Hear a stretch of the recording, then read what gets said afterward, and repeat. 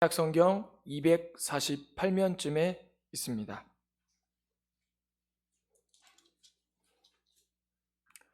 오늘 봉독하신 하나님의 말씀은 로마서 7장 21절에서 25절까지의 말씀입니다. 신약성경 248면쯤에 있습니다. 로마서 7장 21절에서 25절까지의 말씀을 다 같이 한 목소리로 합독하시겠습니다. 그러므로 내가 한 법을 깨달았노니 곧 선을 행하기 원하는 나에게 악이 함께 있는 것이로다. 내 속사람으로는 하나님의 법을 즐거워하되 내 지체 속에서 한 다른 법이 내 마음의 법과 싸워 내 지체 속에 있는 죄의 법으로 나를 사로잡는 것을 보는도다. 오라, 나는 곤고한 사람이로다. 이 사망의 몸에서 누가 나를 건져내랴. 우리 주 예수 그리스도로 말미암아 하나님께 감사하리로다. 그런즉 내가 자신이 마음으로는 하나님의 법을, 육신으로는 죄의 법을 섬기노라. 아멘. 봉독하신 말씀을 가지고 하나님 말씀 로마서 7장 21절에서 25절의 말씀으로 예수 그리스도로 말미암아라는 제목으로 이 시간에 말씀의 은혜를 나누고 우리가 기도로 이번 한 주를 나가기 원합니다.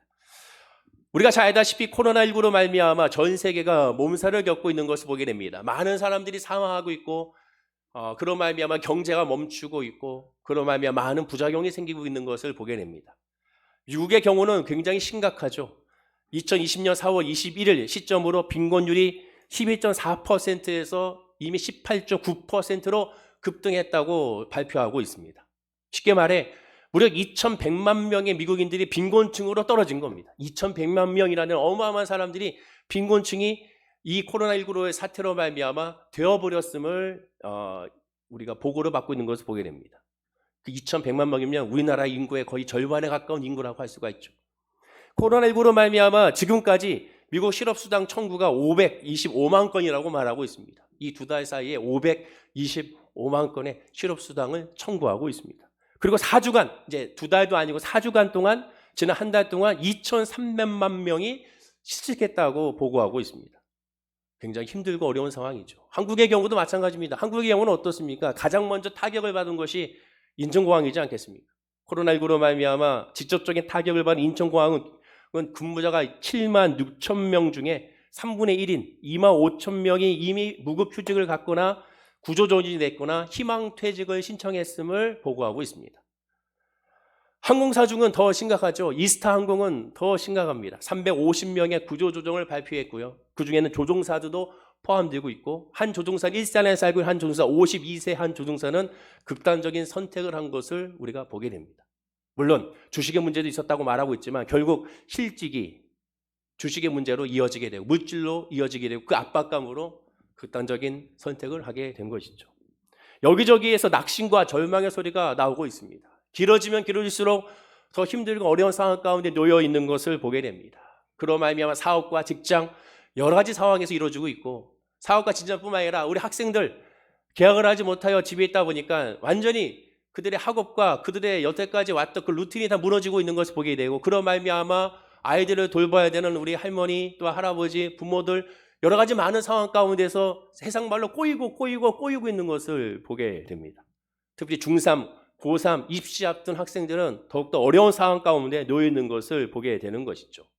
그런데 한편으로는 이렇게 힘들고 어려운 경제의 지표로 말미암아 곡소리가 나는 그 부분 가운데 또 한편의 뉴스에서는 이런 뉴스가 나옵니다. 지금 이번 주부터 4월 말과 5초에 4말 5초에 황금 연휴의 기간이라고 하죠.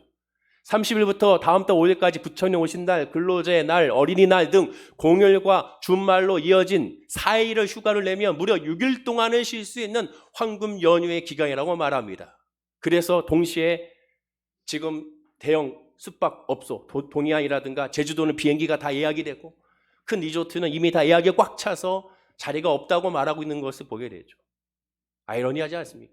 한 곳에서는 경제 지표가 힘들어서 무너지고 있고 한쪽에서는 6일 동안에 이때라 이제는 열심히 또한 휴가를 즐기는 사람들이 있는 것을 보게 됩니다. 한쪽에서는 힘들고 어려운데 한쪽에서는 신차만 나오면 그냥 최고로 많은 계약했다고 말하고 있는 것을 보게 됩니다. 둘 다 다른 각도에서 절망의 소리요, 다른 각도에서 아픔의 소리요, 낙심의 소리라고 할 수가 있죠. 이런 낙심과 절망 가운데 성도는 어떻게 하겠습니까? 믿음에서 벗어나야 됩니다. 믿음으로 벗어나야 됩니다. 그러나 너무나 쉽지가 않죠. 알고는 있어요. 그래, 믿음으로 벗어나야지. 믿음으로 낙심해서 이겨야지. 절망해서 이겨야지. 이 어려운 상황을 믿음으로 극복해야지. 이 아픔과 상처에서 예수 이름으로 말미암아 결국 이겨내서 열매 맺어야지. 우리가 문자적으로 우리의 머릿속으로는 알고 있습니다. 그러나 우리 마음 가운데 영 가운데 정말 아멘 되고 있느냐? 또 그렇지 않음을 보게 되죠.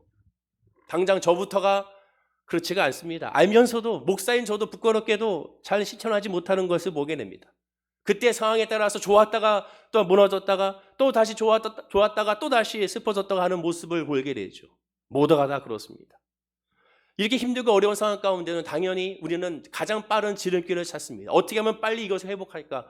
어떻게 하면 빨리 이 문제를 해결할까? 어떻게 하면 빨리 이것을 치료받을까? 여기에 우리가 집중하게 되죠. 빠른 회복의 지름길을 찾습니다. 빠른 응답의 비법을 찾게 됩니다. 그러나 기억하십시오. 신앙의 손쉬운 지름길은 절대로 없다라는 것을. 모든 사람에게 보편적으로 통용되는 메뉴라는 것은 있을 수가 없다라는 것을. 쉬운 지름길이나 비법을 찾으려는 생각을 완전히 버려야 됩니다. 응답받는 비결, 해결받는 비결, 또한 치료받는 비결, 의뢰받는 비결, 이런 말은 사실상 있을 수가 없습니다. 굳이 지름길이나 비법을 찾는다면 다른 것이 아닙니다. 오늘 말씀의 주제처럼 예수 그리스도로 말미암아 이것밖에 없죠. 예수 그리스도로 말미암아 깨닫는 것, 예수 그리스도로 말미암아 즐거운 것, 예수 그리스도로 말미암아 감사한 것, 이거밖에 없습니다. 예수밖에 없음을 우리는 깨달아야 됩니다. 진짜 빠른 회복이고 빠른 역사고 빠른 응답은 예수밖에 없음을 기억해야 됩니다. 따라서 역설적으로 말하면 빠른 응답, 빠른 회복, 빠른 치료, 이것을 생각하지 않는 것이 오히려 도리어 빠른 회복이라고 할 수가 있게 되는 겁니다. 성경의 인물들 한번 보십시오. 성경의 인물들 하나하나 살펴보면 정말 성경의 위인들이라고 할 만합니다. 타고난 믿음의 사람인 것 같습니다. 그리고 손쉬운 신앙의 지름길로서 열매 맺는 삶의 형통한 것을 우리는 확인할 수가 있다고 봅니다. 모세의 경우를 보십시오. 애굽의 왕자로 40년 동안 교육을 받았으니 오늘날 따지면 금수저 중에 금수저라고 할 수가 있습니다. 여호수아의 경우는 출애굽기 33장을 보면 모세의 종으로서 모세로부터 지도자 훈련을 40년을 받았습니다. 그러고 나서 결국 지도자가 됐죠. 개천에서 용났다고 할 수가 있죠. 종에서 지도자가 됐으니까. 다윗의 경우 어린 시절부터 양을 치면서 맹수와 싸워서 이겼습니다. 성경에 표현해 보면 사자와 곰의 입에서 자기의 양을 꺼집어냈다고 얘기하고 있지 않습니까? 구해냈다고 하고 있지 않습니까? 또 어린 시절인 약 15세의 나이에 사무엘 선지자로부터 왕으로 기름을 받았습니다. 너는 왕이야 라고 기름 부음을 15세 중학생 때 받게 된 것이죠. 그리고 17세에서 18세에 골리앗과의 전투에서 이긴 것을 보게 됩니다. 사무엘하 5장 4절에 보면 30세에 정말로 왕이 됐습니다. 이스라엘의 통치자가 30세에 된 것을 보게 됩니다. 베드로의 경우 3년간 예수님과 동공동락하면서 예수님의 신앙교육을 받았습니다. 최고의 신앙교육이죠. 왜? 사람에게 신앙교육을 받는 것이 아니라 하나님께 신앙교육을 받았습니다. 그것도 3년 동안이나 먹고 자면서 주님과 함께 동행하면서 직접 눈으로 체험하고 듣고 모든 것을 경험했던 사람입니다. 가장 부러워야 될 사람이라고 할 수가 있죠. 바울의 경우는 사도행전 22장에 보면 회심하기 전에 예수를 만나기 전에 가말리의 문화에서 율법의 최고의 교육을 받은 스스로가 말하기를 나는 율법으로 흠이 없는 자라고 말할 정도로 최고의 교육을 받은 최고의 지성인이었고 믿음인이었고 신앙인이었습니다. 오늘날 따지면 최고의 명문대를 졸업한 사람이라고 할 수가 있죠. 이와 같이 성경의 인물들 하나하나 보면 다 잘나 보입니다. 그래서 이들은 흔들림이 없는 것 같아 보여요. 그러다 보니까 우리는 어떤 마음이 드느냐? 여호수아였으니까 가능한 거지. 모세였으니까 가능한 거야. 바울이었으니까 가능하지. 베드로였으니까 가능한 거지. 나도 그렇게 했으면 나도 그렇게 할 수 있어라고 우리는 생각을 하게 됩니다. 그러나 신앙의 위인들 모두는 다 우리랑 똑같습니다. 다 원죄하에 인간의 본성은 똑같다라는 것이죠. 다 염려가 많고 다 소심하고 다 죄악 덩어리인 것을 우리 성경을 통하여 확인할 수가 있습니다. 허물 많고 죄 많은 그런 사람이라는 거죠. 모세부터 시작하면 살인자였습니다. 또한 하나님을 믿고 하나님의 말씀에 순종한다 하더라도 그 스스로가 분을 내어 하나님의 명령을 어기고 반석을 쳤던 사람이었습니다. 그로 말미암아 가나안 땅에 들어가지 못하게 되죠. 하나님의 은혜를 누구보다도 알았던 사람이지만 하나님의 말씀을 저버린 사람이 바로 모세였습니다. 여호수아도 마찬가지입니다. 여호수아는 하나님의 지혜로서 용맹한 사람이었으나 기브온 사람들에게 사기를 당했습니다. 속아 넘어갔어요. 그로 말미암아 계속 이스라엘에 아픔이 된 것을 보게 되죠. 다윗은 어떻습니까? 이 다윗이야말로 정말 성경의 가장 나쁜 인물 중에 한 사람이잖아요. 왜? 그런 간음을 저질렀습니다. 불륜녀의 남편이자 충직한 부하를 전장에서 죽이게 했습니다. 지금 한국의 드라마 중에 가장 많은 인기가 있는 드라마가 뭡니까? 시청률 21%가 되는 것이 뭐예요? 그렇죠. 여러분 묻고 있는 사람들은 본 사람들이죠. 바로 그겁니다. JTBC 드라마 부부의 세계. 제가 이 사진은 밑에 건 잘랐어요. 왜? 은혜가 안 돼서. 네, 잘랐어요. 지금 웃고 있는 분들은 이 사진이 어떤 것인지 다 알 겁니다. 이게 무려 21%예요, 세상에. 이 불륜 드라마, 막장이라 할 수 있는 드라마가 21%입니다. 그러면서 드라마 보면서 말하죠. 어머 세상에 저 사람이 저랬어. 저는 안 봐서 모르겠지만 인터넷 보니까 댓글에 그렇게 달려있더라고요. 다윗은 바로 이런 사람이었습니다. 사실상 막장 중에 막장이 다윗이고요. 더 막장은 누굽니까? 아브라함이잖아요. 자기 살겠다고 자기 아내를 누이라고 2번이나 속인 사람이었습니다. 베드로는 누굽니까? 예수님을 3번이나 부인했어요. 갈라디아 2장에 보면 할례주의자 유대인들의 눈치를 보면서 그들의 비유를 맞춰주다가 사도 바울에게 딱 걸려서 공개적인 망신을 당한 사람이 베드로였습니다. 바울은 어떨 겁니까? 바울도 마찬가지예요. 바울은 예수 그리스도를 만나고 나서 성령에 충만한 사람이었습니다. 그런데 어떤 일을 합니까? 마가 요한을 선교 여행에 데려가지 않는다로 말미암아 그렇게 합심하여 선교를 했던 바나바와 절교했습니다. 단교했습니다. 성경에만 크게 다투었다고 말하면서 더 이상 만나지 않았어요. 더 이상 서로를 용납하지 않았습니다. 바울의 선실을 보세요. 사랑하세요, 용납하세요, 이해하세요. 근데 왜 바나바는 사랑하고 이해하고 용납하지 못합니까? 그게 인간입니다. 인간의 모습이에요. 다 똑같다라는 거예요. 사도 바울이 한번 실수했던 마가 요한을 다시 한번 기회를 주면 얼마나 좋겠습니까? 그러나 기회를 주지 않았습니다. 바나바는 기회를 주자. 베드로는 아니, 사도 바울 안 된다 한 것이죠. 모두가 다 똑같습니다. 믿음의 조상 아브라함 보십시오. 왜 그가 믿음의 조상이 됐습니까? 하나님께 온전하게 순종하고 하나님께 온전히 바쳐질 때까지 무려 120년이라는 시간이 걸렸어요. 120년이라는 시간. 그 사이에 크고 작은 실패를 많이 겪어다가 120세가 됐을 때 비로소 그런 하나님의 온전한 사람이 됐습니다. 역으로 얘기하면 하나님을 바라보기까지 120년이라는 시간이 걸린 겁니다. 하나님은 120년 동안 아브라함을 기다려준 거죠. 그때 비로소 믿음의 조상이라는 타이틀을 받게 됩니다. 이삭을 하나님께 드리면서. 이와 같이 성경의 인물들 모두 낙심과 좌절의 시간을 다 겪었습니다. 다 똑같아요. 특출난 것이 아닙니다. 다 똑같습니다. 어떤 분이 그렇게 얘기하죠. 이렇게 얘기했더니 그때는 하나님의 역사가 더 놀라웠지 않습니까? 즉 눈으로 보는 기적이 많았잖아요. 지금도 똑같습니다. 그때나 예수님 시대나 지금이나 하나님의 역사는 똑같아요. 그럼 그 기적을 보면 다 믿습니까? 기적을 봐도 믿지 않은 사람들이 이스라엘 백성이라고 성경은 말하고 있는 거예요.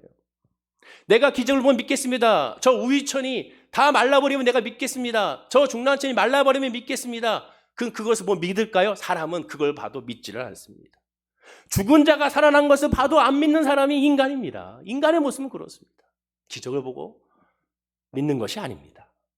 자, 오늘 본문의 사도 바울의 솔직한 고백을 보십시오. 믿음으로 충만한 기독교의 교리를 확립했던 이 사도 바울이 뭐라고 고백합니까? 자, 우리 본문 21절과 25절을 다시 한번 천천히 읽어볼까요? 자, 시작. 그러므로 내가 한 법을 깨달았노니 곧 선을 행하기 원하는 나에게 악이 함께 있는 것이로다.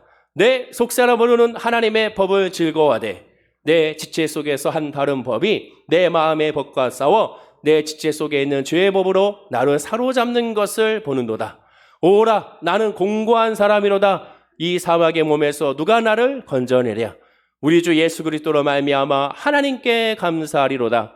그런즉 내 자신이 마음으로는 하나님의 법을, 육신으로는 죄의 법을 섬기노라. 잘 보셔야 됩니다. 사도 바울이 고백합니다. 예수를 안 믿는 것이 아닙니다. 믿는 사람이, 성령에 충만한 사도 바울이 이렇게 고백합니다. 나는 공고한 사람이로다. 공동번역으로 보면 나는 과연 비참한 인간입니다. 과연이라는 것은 뭐예요? 과연이라는 부사가 의미하는 것은 무엇입니까? 결과적으로라는 뜻이잖아요. 사실적으로라는 뜻입니다. 즉 나는 비참한 인간이라는 거예요. 아니 예수 믿는 사람이 어떻게 그렇게 고백합니까? 라고 할 수 있습니다. 그러나 예수 믿어도 인간이기 때문에 그렇게 고백할 수밖에 없다는 거예요. 나는 비참한 사람, 나는 공고한 사람입니다. 그럼 왜 비참합니까? 왜 공고합니까? 그 이유를 알아야죠. 성경은 말하지 않습니까? 바로 사도가 뭐라고 얘기합니까? 내가 한 법을 깨달았으니 내 안에 하나님의 법과 내 육신의 법이 늘 존재하고 싸우고 있다는 그 사실을 깨닫는 순간 나는 비참하다고 고백합니다. 즉, 내 육신의 법, 허물과 죄가 늘 있음을 알고 그것으로 늘 넘어지는 자기 자신을 발견한 겁니다. 그런데 더 놀라운 고백을 이해해야 합니다. 나는 비참한 사람입니다 라고 고백하면서 뭐라고 합니까? 우리 주 예수 그리스도로 말미암아 하나님께 감사한다 라고 고백합니다.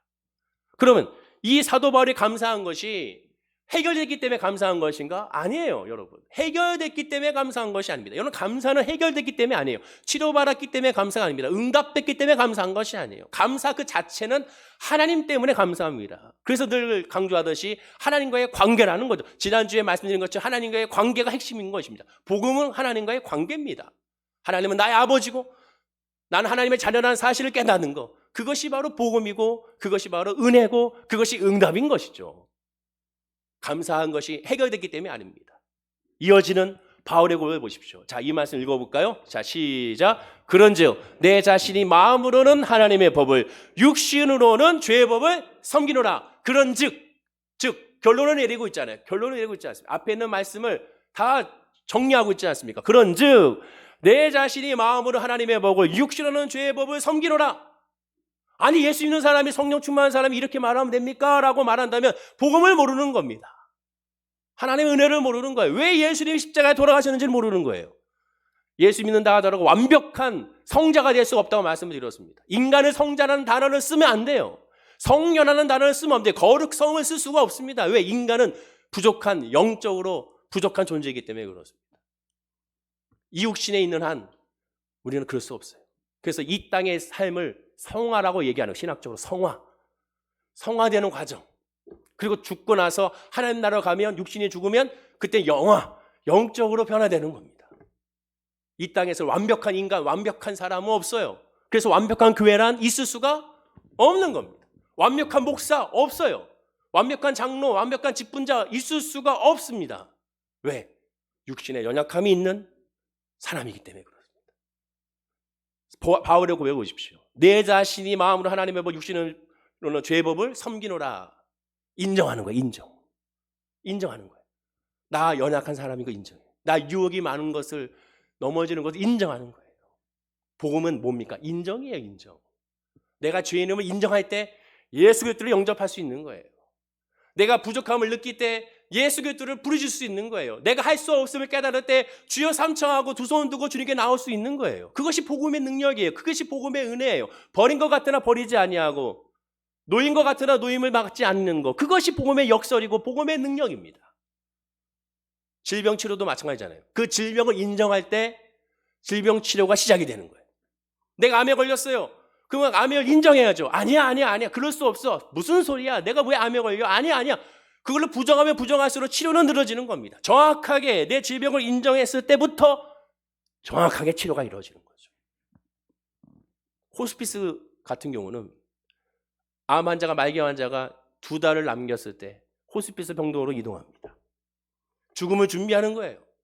근데 호스피스 병동에서 가장 문제는 뭡니까? 죽음을 인정하지 않는 거예요. 죽음을 인정하지 않아요. 무슨 소리야? 나는 아직 살 수 있어. 나는 아직 그렇게 아프지 않아. 아닙니다. 당신은 2달밖에 남지 않았습니다. 아니에요. 무슨 소리입니다. 나는 믿음의 사람이에요. 내가 기도할 거예요. 하나님을 의지할 거예요. 하나님 바라볼 거예요.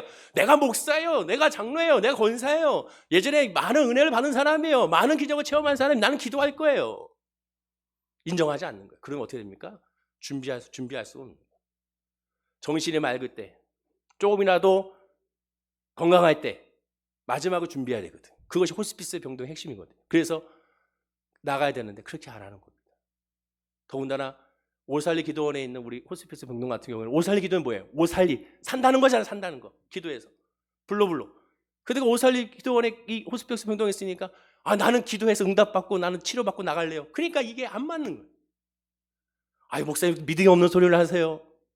저는 기도해서 나을 거예요. 그러니까 답답한 거지. 복음을 알지 못하고 기도의 은혜를 알지 못하고 하나님의 역사를 알지 못하고 내가 응답받는 것이 아닌데 내가 응답하려고 하고 있으니 답답한 겁니다. 정확하게 인정했을 때 거기서부터 시작이 되는 거예요. 학생들 공부도 마찬가지. 내가 공부할 때 내가 부족한 것이 무엇인지를 인정하고 부끄러워하지 말고 인정하고 거기서 출발해야 되거든요. 근데 나는 아니에요. 그렇다 하다 보면 제대로 되는 것이 아닙니다. 복음은 내 상태를 인정하는 거예요. 그래, 나는 비참한 사람이야. 나는 공고한 사람이야. 그럼 어떻게 됩니까? 그렇기 때문에 난 예수를 바라본다는 거예요. 난 예수를 의지한다는 거예요. 난 십자가를 은혜를 소망한다는 겁니다. 예수가 아니면 힘이 없다는 것을 인정하는 거예요. 거기서부터 출발하는 겁니다. 그래서 사도 바울은 오늘 본문에 말합니다. 예수 그리스도로 말미암아 깨닫고 예수 그리스도로 말미암아 즐거워하며 예수 그리스도로 말미암아 감사하다라고 고백하는 겁니다. 지난 시간에 지난 주일날 예수 그리스도로 말미암은 복의 핵심이 뭐라고 말씀을 드렸습니까? 요한복음 20장 30절과 31절에 이렇게 말하잖아요. 오직 이것을 기록함은 너희로 예수께서 하나님의 아들 그리스도의 이심을 믿게 하려 하며 또 너희로 믿고 그 이름을 힘입어 생명을 얻게 하려 함이라. 기적의 역사를 말합니다. 왜 기적을 하나님은 주셨는가? 기적을 통하여 예수를 믿고 그 다음에 생명을 얻게 하려 함이라. 그 이름을 힘입어 생명을 얻게 하려 함이라. 영혼구원이 핵심이에요. 영혼구원. 오늘 본문이 있자마자 바로 이어진 로마서 8장 1절과 2절을 보십시오. 이어지는 겁니다. 그러므로 자, 이 말씀 읽어볼까요? 시작. 그러므로 이제 그리스도 예수 안에 있는 자에게는 결코 정죄함이 없나니 이는 그리스도 예수 안에 있는 생명의 성령의 법이 죄와 사망의 법에서 너를 해방하였습니다 라고 말합니다. 정죄와 심판에서 해방하는 겁니다. 자, 복음은 내가 인정했습니다. 내 부족함을 인정했어요. 내 죄를 인정했어요. 내 연약함을 인정했어요. 그 인정하는 순간 예수를 바라보고 예수로 채워지면서 해방이 되는 겁니다. 영혼이 잘되고 그리고 범사가 잘되며 강건함으로 그때 이어지는 거예요. 이것이 복음의 역사입니다.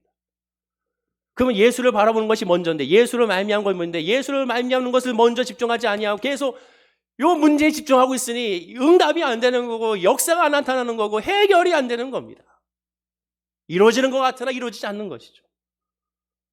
영원 구원을 깨닫는 사람, 이 복음을 깨닫는 사도 바울과 같이 부족함을 인정한 채 주님을 의지한 사람은 어떻게 됩니까? 요한복음 10장 27절과 28절에 이렇게 말씀하죠. 자, 이 말씀 읽어보겠습니다. 시작.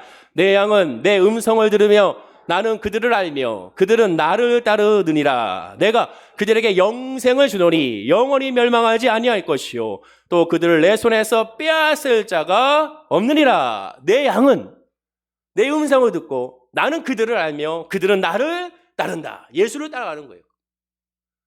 나를 인정하는 순간 나의 부족함을 인정할 때 주님을 바라보고 그래서 주님을 따라가는 겁니다. 아니, 따라가게 되는 거예요. 이거 수동태거든요. 따라가게 되는 거예요.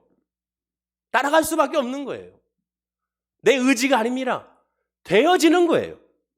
이어지는 말씀 보십시오. 내가 그들에게 영생을 주노니 영원히 멸망하지 아니할 것이요 또 그들을 내 손에서 빼앗을 자가 없느니라고 말합니다. 주님을 따라하는 순간 나는 빼앗기지 않는다. 그 은혜를 빼앗기지 않는다. 그 역사를 빼앗기지 않는다. 이 환난과 고통에서 주님을 따라가고 있으니 결코 망하지 않는다는 사실을 고백하는 겁니다. 동시에 빌립보서 1장 6절에 말합니다. 역시 읽어볼까요? 자, 시작. 너희 안에서 착한 일을 시작하시니가 그리스도 예수의 날까지 이루시는 줄을 우리는 확신하노라. 이런 하나님의 착한 역사, 선한 역사가 그리스도 예수의 날까지 뭡니까? 내가 주님께 가는 날까지 인류의 종말과 내가 나 죽음의 종말이 올게 될까지 확신한다는 거예요. 그것이 믿음이고 그것이 역사라는 겁니다. 일단 성도는 어떤 존재입니까? 세상에서 불려나온 존재예요. 이 세상에서 불려나와서 세상 안에 살고 있으나 세상에 속하지 않는 존재입니다.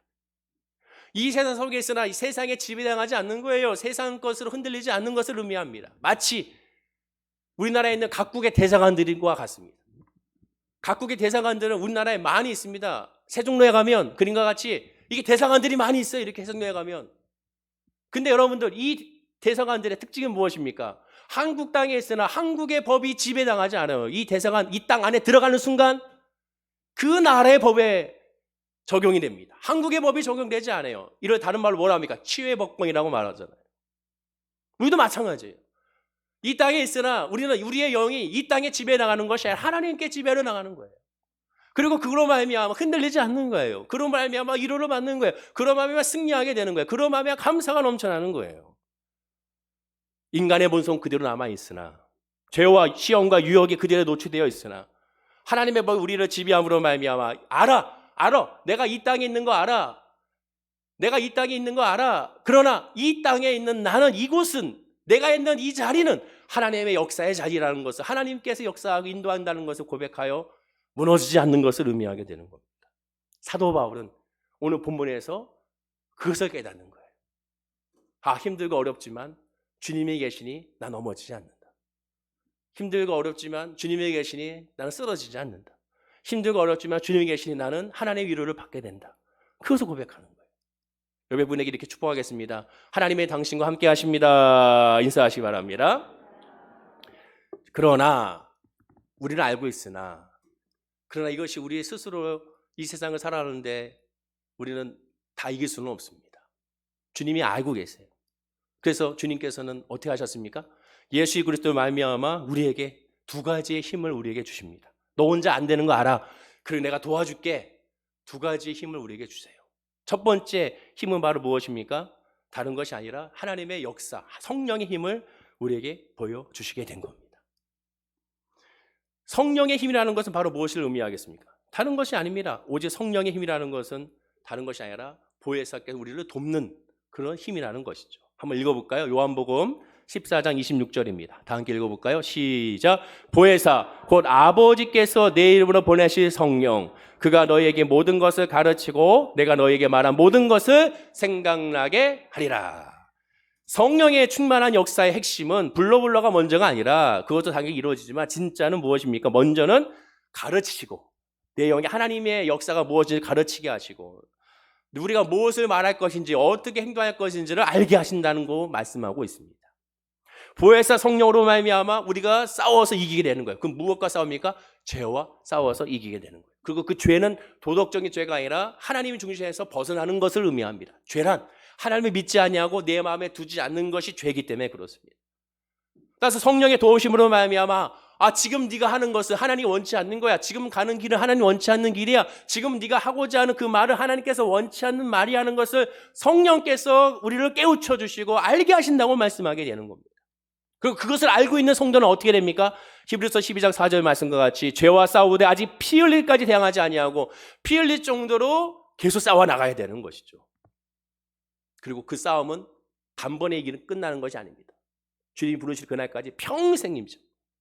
아브라함 같이 120세가 됐을 때까지 계속 이어지는 겁니다. 예수 그리스도로 말미암아 계속 싸우는 겁니다. 예수 그리스도로 말미암아, 그리고 놀랍게도 그 싸움은 계속 이긴 싸움이 되는 겁니다. 예수 그리스도로 말미암아 계속 감사하게 되는 거예요. 예수 믿은 후에도 바로 성장하는 것이 아닙니다. 이제 내가 예수 믿어 성령 받았으니 내가 눈물로 회개했으니 난 성장해서 아니에요, 여러분들. 계속 자라게 되는 거죠. 이 땅에서 완전한 성장은 있을 수가 없어요. 계속 자라는 거예요. 계속 자라는 거예요.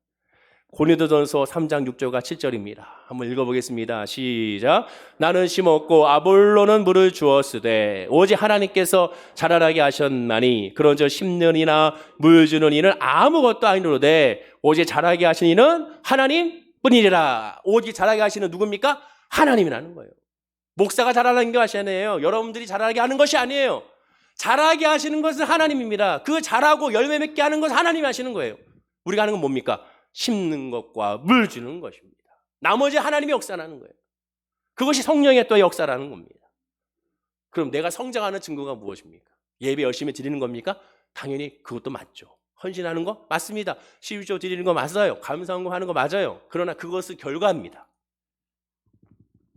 그것을 통하여 그 마음의 중심이 정말 하나님을 의지하고 자랐다고 할 수는 없습니다. 믿음으로 자랐다면 행동이 따라가게 되어 있어요. 그러나 그 행동한다고 반대로 그것이 자랐다고 할 수 있느냐? 그럴 수는 없습니다. 정확하게 우리가 알아야 되는 거예요. 그 마음의 중심이 자라고 있다는 증거는 결과가 아니라 그 마음의 중심으로 무엇이 일어나는 것이 봐야 됩니다. 그건 뭡니까? 아까 말한 것처럼 죄에 민감해지는 거예요. 죄, 하나님과 멀리 떠나는 것에 민감해지는 거예요. 성령께서 무엇이 죄인 줄 누가 가르치지 않아도 저절로 알게 되는 겁니다. 내 마음 가운데 하나님 영으로 알게 해주세요. 그래서 그 죄가 말하면 심히 부끄럽고 이러면 안 되지라는 마음이 생겨요. 예전에 안 그랬는데, 예수 믿기 전에 안 그랬는데 이제는 내 마음이 부딪히는 겁니다. 이러면 안 되지, 이렇게 하면 안 되지, 이렇게 말하면 안 되지, 이렇게 행동하면 안 되지, 또 이렇게 이 길로 가면 안 되지라는 것을 내 마음에 부딪히고 깨닫게 되는 겁니다. 죄에 대해서 아주 민감해지는 거예요. 그리고 하나님 앞에 서게 되는 겁니다. 오늘 본문의 바울의 고백처럼 내 영이 내 마음이 내 입술에서 주님 앞에 고백하게 되는 거예요. 이 성장을 비유로 하자면 예전에는 흰옷을 입지 않았는데 이제 흰옷을 입은 겁니다. 예수 그리스도로 말미암아 흰옷을 입었어요. 자, 흰 와이셔츠를 입고 여러분 짜장면을 먹는다 생각해 보십시오. 비비다가 튑니다. 그러면 그 튀었을 때 하얀 와이셔츠에 짜장면이 튀는 순간, 짜장 국물이 튀는 순간 눈에 확 띄죠. 김치 국물이 튀는 순간 눈에 확 띕니다. 뼈 해장국을 먹다가 결국 바르다가 튀면 눈에 확 띄는 건 튀게 되는 거예요. 아주 보기 싫게 되는 거예요. 예전에는 흰 와이셔츠 입지 않았어요. 검은 와이셔츠를 입었어요. 좀 튀어도 가까이 보지 않으나 잘 모릅니다. 그러니까 크게 민감하지 않아요. 그러나 예수 그리스도로 말미암아 이제 흰 와이셔츠를 입은 겁니다. 뭐가 묻어도 바로 보이는 거예요. 느끼는 거예요. 깨닫는 거예요. 그래서 그런 말미암아 불편해지는 겁니다. 그것이 성령의 역사고 그것이 믿음의 역사입니다. 그리고 그것은 하나님과의 관계의 역사인 것입니다. 이렇게 힘들고 어려울 때 우리는 하나님께 기도를 많이 합니다. 그런데 여러분 기도도 하나님과의 관계예요. 특히 이렇게 힘들고 어려운 상황 가운데 많은 분들이 서원 기도를 합니다. 이 문제를 해결해 주시면 요것만 잘 해주면 내가 열심히 하나님을 섬기겠습니다. 요 질병만 치료해 주면 내가 더 하나님께 열심히 섬기겠습니다. 서원 기도를 많이 해요. 근데 그 서원 기도도 여러분 관계입니다. 관계. 근데 이 서원 기도를 잘못 해석하는 사람이 있어요. 관계가 아닌 거래로 생각하는 사람이 있어요. 서원 기도는 거래가 아닙니다. 관계입니다. 인간 쪽에서 뭔가를 하나님 위해서 바치면 하나님께서 다 그 책임주신다. 그것이 아니에요. 그러면 다 하나님께 바치면 하나님이 이렇게 해주면 다 줄 줄 믿습니다. 다 그렇게 하면 다 응답받아야죠. 그렇게 안 되는 이유가 뭡니까? 관계이기 때문에 그래서 하나님과의 관계이기 때문에. 결과적으로 뭔가 하면 된 것 같이 보일 수 있어도 그러나 그것은 아닙니다. 결과로 보일 뿐이에요. 하나님께서는 인간의 공적에 비례해서 인간의 노력에 비례해서 인간의 의지에 비례해서 은혜를 내리는 법이 없어요. 왜? 은혜 자체가 아무런 자격과 공로와 노력이 아니기 때문에 그렇습니다. 거저 주어진 것이기 때문에 그래요. 모든 것은 하나님의 계획과 방법과 하나님의 때에 따라서 하나님께서 이루어지고 하나님께서 역사해 주시는 것이 바로 은혜입니다. 예수님이 이것을 얘기한 거예요. 유대인들에게 이것을 말한 거예요. 제발 하나님께 서원기도 그렇게 하지 마라. 맹세하지 말라고 말한 겁니다. 예수님의 말씀을 들어볼까요? 마태복음 5장 33절과 30절을 제가 읽어드리겠습니다. 또 옛사람에게 말한 바 헛맹세를 하지 말고 내 맹세한 것을 주께 지키라 하였다는 것을 너희가 들었으나 나는 너에게 이르노니 도무지 맹세하지 말지니 하늘로도 하지 말라. 이는 하나님의 보좌임이요 땅으로도 하지 말라. 이는 하나님의 발등상이요 예루살렘으로도 하지 말라. 이는 큰 임금의 성임이요 내 머리로도 하지 말라. 이는 내가 한터럭도 희고 검게 할 수 없음이라. 오직 너의 말은 옳다 옳다 아니라 아니라 하라. 이에서 지나는 것은 악으로부터 나느니라 라고 말씀합니다. 예수는 맹세하지 말라고 그랬어요. 왜 그런지 아십니까? 여기 나오잖아요. 내 머리로도 하지 말라. 내가 한터럭도 희고 검게 할 수 없느니라. 인간이 책임질 수 없기 때문에 그렇습니다. 하나님만이 할 수 있는 것이기 때문에 그래요. 그 얘기 뭐예요? 응답도 하나님께 있고 그 과정도 하나님께 있고 그때도 하나님께 있는데 왜 네가 하나님보다 앞서가서 하나님의 뜻과 하나님의 방법과 하나님의 열매를 네가 바꾸려고 하느냐? 너가 할 수가 없다는 겁니다. 성기도를 하면 보통 생각하는 사람이 누구면 한나잖아요. 한나는 자녀가 없었습니다. 당시에 유대인들은 자녀가 없는 것이 하나님께 벌 받는 것이라 생각했어요. 한나도 그렇게 생각했습니다. 그러나 성경 어디에도 하나님 그렇게 말씀한 적이 없습니다. 하나님 그런 분이 아니에요. 자기들이 생각이죠. 그런데 한나가 자녀가 없자 그로 말미암아 그가 그 자녀로 말미암아 힘들고 어렵고 막 눌리게 됩니다. 그런데 성경에 보면 진짜 힘들고 눌리고 어려운 것은 진짜 자녀가 없기 때문이 아니라고 성경은 정확하게 말합니다. 한나는 자녀가 없었지만 남편 엘가나의 사랑을 듬뿍 받았습니다. 남편 엘가나는 자녀가 없었기 때문에 오히려 더 한나를 더 챙겨줄 줄 모르겠습니다. 엘가나에게는 한 명의 또 다른 아내가 있었죠. 브린나가 있었습니다.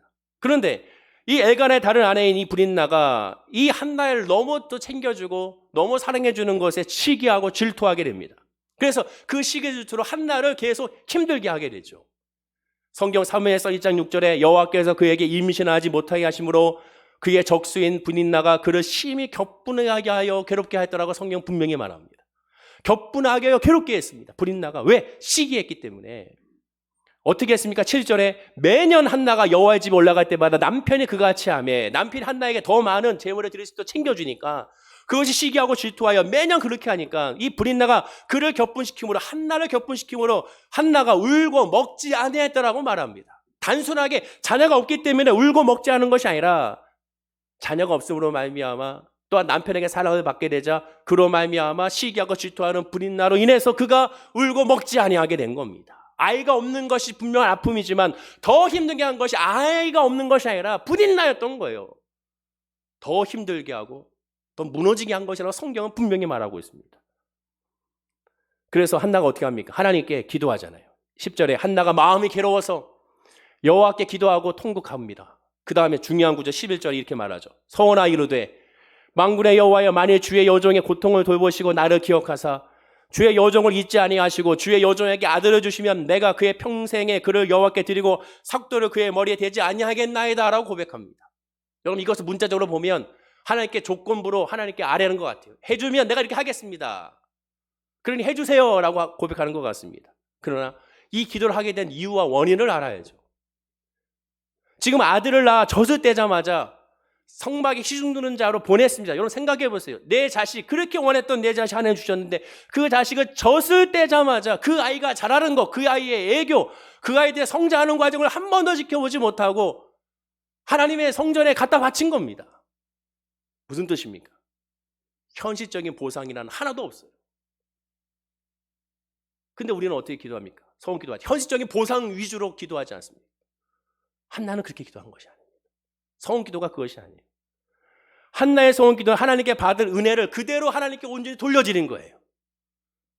주신 이도 하나님이시고 취하신 것도 하나님이시고 하나님의 관계입니다. 모든 주권은 하나님께 있음을 인정하고 하나님께 아뢰고 하나님께 고백한 거예요. 그것이 소원 기도예요.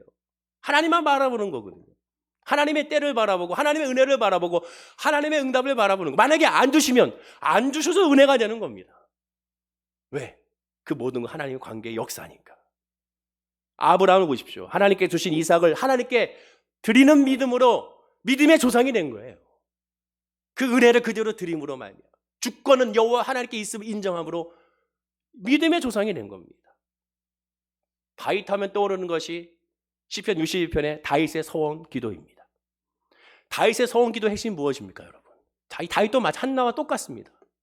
소원 기도가 이 세상 물질적인 보상, 현실적인 보상의 소원 기도가 아니에요. 정확하게 시편 61편은 소원 기도라고 확실하게 알 수 있습니다. 왜? 그가 그렇게 고백했으니까.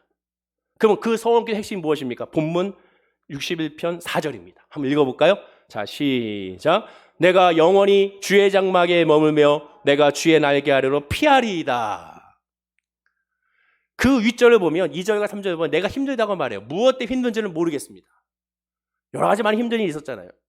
그 힘들었을 때 이것을 해결해 주십시오가 아닙니다. 이 힘들고 어려우니 내가 주의 장막에 머물고 힘들고 어려우니 내가 주의 날개에 들어가기 원합니다라고 기도하고 있는 거예요. 힘들고 어려우니 이 문제 해결해 주시고 힘들고 어려우니 이 아픔에서 벗어나게 해주시면 내가 하나님을 예배하겠습니다가 아니에요. 힘들고 어려우니 내가 주의 장막에 거하기 원합니다. 힘들고 어려우니 주의 날개 아래 피하기 원합니다라고 기도하는 거예요. 그리고 7절과 8절입니다. 읽어볼까요? 자, 시작. 그가 영원히 하나님 앞에서 거주하리니 인자와 진리를 예배하사 그를 보호하소서. 그리하시면 내가 주의 이름을 영원히 찬양하며 매일 나의 소원을 이행하리이다. 보십시오. 뭐라고 고백하고 있습니까? 그리하시면 나를 보호하십시오. 그래야 내가 주의 이름을 영원히 찬양하며 매일 하나님을 소원하겠습니다. 소원 기도인데 그 소원이 뭐예요? 세상적 현실적인 보상이 아니에요. 내가 주의 날개에 피하겠으니 나를 보호해달라는 거예요. 내가 주의 날개에 피하게 나를 버리지 말라다는 거예요. 왜? 하나님의 관계입니다. 복음은 하나님의 관계입니다. 믿음은 하나님과의 관계입니다. 주의 날개 안에 거하는 것이 행복하는 것을 알고 있으니 주의 날개에 거했을 때가 해결됨을 알고 있으니 어떻게 해결되는지 상관없습니다. 주 품에 있으면 위로함을 받고 주 품에 안에 있으면 평안하고 주 품 안에 있으면 기쁘다는 것은 아니 내가 주 안에 거하기를 소원하는 거예요. 그러니 나를 버리지 말라는 거예요. 그러니 나를 외면하지 말라는 거예요. 하나님과의 관계에 집중하고 있는 거예요. 근데 우리는 어떻게 배웠습니까? 그게 속상한 거예요. 조건부로 현실적인 보상을 내면 내가 이거 해주면 내가 예배하겠습니다. 안 해주면 예배 안 한다는 겁니까? 아니거든요. 복음은 관계입니다. 하나님과의 관계예요. 물론 다윗도 옛날에는 우리가 생각하는 시기에 소원기도를 했습니다. 소원기도를 했어요. 어떻게 했느냐? 이스라엘의 사방의 대적을 하나님 물리쳐주면 내가 하나님께 성전을 지어드리겠습니다라고 얘기했어요. 이스라엘 대적들을 물리쳐 주십시오. 내가 하나님 성전을 지어드리겠습니다. 우리가 이렇게 기도하는 분 있지 않습니까? 하나님 이 문제 해결되고 사업의 문제 해결되고 직장의 문제 해결되고 질병의 문제 해결되면 내가 건축원금을 많이 드리겠습니다. 목사님들 입장에서 행복하죠. 할렐루야. 열심히 기도해야지. 근데 그거는 복음이 아닙니다. 그것은 하나님의 은혜로 말미암아 그냥 자연스럽게 드리게 되는 거죠. 은혜로 하나님의 역사로 드려지는 거죠. 성령으로 드려지게 되는 거죠. 조건부가 아닙니다. 현실적인 보상이 아닙니다. 그러자 하나님 뭐라고 했습니까? 성전을 짓겠습니다. 대적들을 해결해 주면 내가 하나님 성전을 드려드릴게요. 그랬더니 하나님 뭐라고 합니까? 단번에 이렇게 말합니다. 사무엘하 7장 5절에서 11절, 무려 5절에서 11절에 다윗에게 말씀하는 이것을 줄여서 이렇게 말할 수가 있습니다. 내가 나를 위하여 나의 거할 집을 건축하겠느냐? 내가 이스라엘 자손을 애굽에서 인도하여 내던 날부터 오늘날까지 집에 거하지 아니하고 장막과 해막에 거하 행하였나니 여호와가 너를 위하여 집을 이룬다라고 말합니다. 무슨 뜻입니까? 성도가 하나님을 위하여 일하는 것이 먼저가 아니라 하나님이 너희들을 사랑하고 너희를 이끌어서 너희에게 은혜를 주는 것이 먼저 나는 거예요. 너희를 보호하는 것이 하나님이 먼저 나는 거예요. 은혜가 먼저 나는 거예요. 하나님의 성령의 역사가 먼저 나는 거예요. 하나님의 인도하심이 먼저 나는 겁니다. 즉 주님께 피하는 것이 먼저 나는 거예요. 하나님의 관계가 먼저 나는 거예요. 이 코로나19로 말미암아 낙심과 절망이 될 때 먼저 해야 될 건 뭡니까? 주님께 피하는 것이 먼저 나는 겁니다. 하나님을 의지하는 것이 먼저 나는 거예요. 하나님을 구하는 것이 먼저 나는 거예요. 믿음은 어떤 상황과 상황에 따라서 흔들리는 것이 아닙니다. 그때 왔다 갔다 하는 것이 아니에요. 믿음의 본질은 하나님을 일관되게 바라보면서 늘 제가 강조한 것처럼 하나님과의 관계로 말미암아 그 하나님과의 방향, 또 하나님의 목적, 하나님의 속도, 하나님의 방법, 하나님의 때, 시기, 이 모든 것을 나한테 맞추는 것이 아니라 하나님께 맞추는 것이 그것이 믿음이라고 말씀을 드렸습니다. 그때가 하나님의 역사로 진정한 위로와 자유와 평안함을 얻는 거예요. 저도 마찬가지입니다. 제가 말씀 준비하면서 다 이거 사실 설교 준비는 다 저에게 하는 말이거든요. 2020년도에 계획했던 모든 것들 다 무너졌습니다. 성도님들 위해서 이거 하고 또 이거 하고 아이들은 이렇게 하고 또 내년도에 계획을 짜서 하려고 했던 모든 것들 다 지금 연기되고 그랬습니다. 어저께 성교사님하고 카톡으로 대화했는데 다 아쉬워하고 있습니다. 하고 싶었던 모든 것들 다 일단 멈추는 거죠. 속상하죠. 그때 또 깨달은 인간이 계획해서 다 되는 것이 아니에요. 사람이 걸음을 걷고 그 길을 건다 하더라도 그 걸음을 인도하시는 거 정말 여호와 야훼구나. 하나님이 열어주셔야 되는 거, 하나님이 인도해 주셔야 되고 또 하나님 열어주시면 안 된다 하더라도 되는 것이 하나님의 역사니까. 내가 지금까지 하나님을 정말 제대로 바라봤다 하면서 정말 바라봤는가? 하나님을 정말 의지했는가? 하나님의 이름으로 혹시 나를 의지하지 않았는가? 하나님의 이름으로 내 계획을 의지하지 않았는가를 다시 한번 회개하게 되는 겁니다. 성령의 역사는 바로 그것을 알게 하는 거예요. 가르치고 깨닫게 하는 것. 그것이 우리에게는 힘이 되는 겁니다. 마지막 두 번째로 하나님께서 우리에게 두 번째 힘을 주신 것은 소명을 주셨어요. 소명. 자, 이것도 중요한데 보통 성령은 잘 알지만 이 소명에 대해서는 잘 깨닫지 못하는 것 같아요. 믿음의 유인들은요, 우리와 같이 고난과 좌절과 낙심과 그리고 실망 가운데 삶을 살아왔습니다. 그런데 이들의 공통점이 있으니 그것은 바로 성령의 인도하심과 함께 소명이었습니다. 하나님께 받은 소명, 사명이었습니다. 하나님께 받은 소명과 사명으로 그들은 붙들고 이 문제를 해결했던 거예요. 믿음의 영혼들은 믿음이 좋아서 성공한 인생이보다는 하나님이 주신 그 사명으로 말미암아 그 소명으로 승리할 수가 있었던 겁니다. 평생에 살 수가 있었던 거예요. 물론 때로 죄를 짓고 하나님의 계명을 위반할 때도 있었지만 그러나 자기에게 받은 그 소명으로 일어날 수가 있었던 겁니다. 자, 우리 말씀 한번 읽어볼까요? 잠언 29장 18절입니다. 한번 읽어보겠습니다. 시작. 묵시가 없으면 백성이 방자히 행하거리와 율법을 지키는 자는 복이 있느니라. 여기서 말하는 묵시라 히브리어로 하존이라는 단어인데 이 단어는 꿈, 비전, 계시로 나옵니다. 그래서 영어 성경에 보면 비전이라고도 적혀 있는 데도 있는 것을 보게 되고 또 어떤 성경은 드림이라고 말하는 것도 있습니다.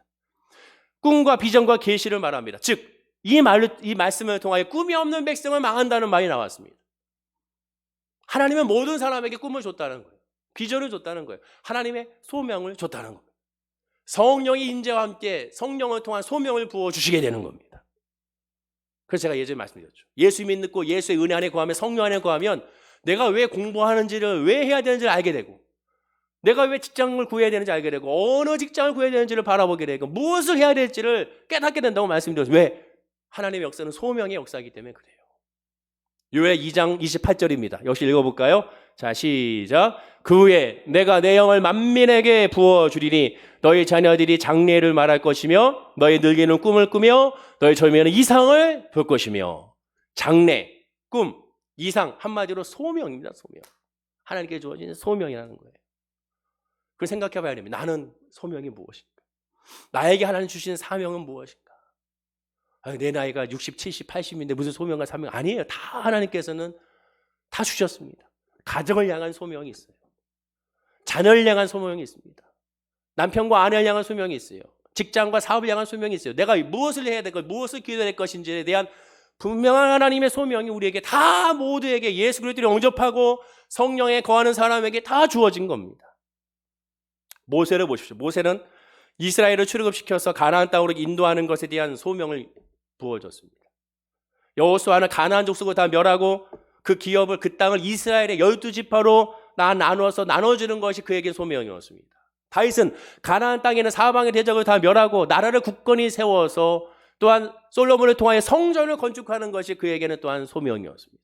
베드로는 유대인들에게 참된 복음을 전하여 율법의 완성인 예수 그리스도를 그들에게 깨닫게 하는 것이 베드로의 사명이었고 소명이었습니다.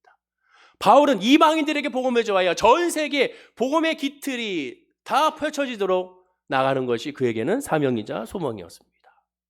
마찬가지로 저와 여러분이 소명이 있고 사명이 있습니다. 다 하나님께 주셨습니다. 그래서 이 코로나19로 말미암아 힘들고 어려운 상황에 그것 때문에 이혼이 일어날 수가 있는 거예요. 성령으로 말미암아 그것으로 일어나게 되는 거예요. 말씀을 맺겠습니다. 힘들고 어려워도 절대 실망할 필요가 없습니다. 실망하지 맙시다. 사람인지라 넘어질 수 있어요. 넘어지는 것 우리가 인정해야 됩니다. 그 넘어지는 것 두려워하지 맙시다. 사업에 넘어짐, 직장에 넘어짐, 삶에 넘어짐, 질병에 넘어짐, 그것을 우리가 두려워하지 말자는 거예요. 왜? 하나님이 우리와 함께 하시고 성령이 알고 계시니, 주님이 알고 계시지 않습니까? 그리고 예수 그리스도로 말미암아 그러니 더욱더 하나님의 의지하며 성령 의지하여 소명을 가지고 나가는 겁니다. 이를 통한 하나님의 소명이 무엇인지, 하나님 나에게 무엇을 원하시는지, 어떻게 하길 원하는지 하나님께 구해야 되는 것이죠. 또한 인간이기에 다 넘어질 수 있습니다. 다 실망할 수 있어요. 다 속상할 수 있어요. 짜증날 수 있습니다. 그러나 넘어지더라도 기억하십시오. 사람에게 넘어지지 말고 하나님 앞에 넘어지면 되는 거예요. 주의 날개에 머물면 되는 거예요. 어차피 넘어질 거 하나님께 넘어지면 되는 겁니다. 그러면 하나님께서 붙잡아 주시고 성령으로 소명을 주셔서 일어나게 되는 거예요. 하나님께 넘어지지 않고 세상에서 넘어지려고 하니까 그러니까 더 무너지는 겁니다.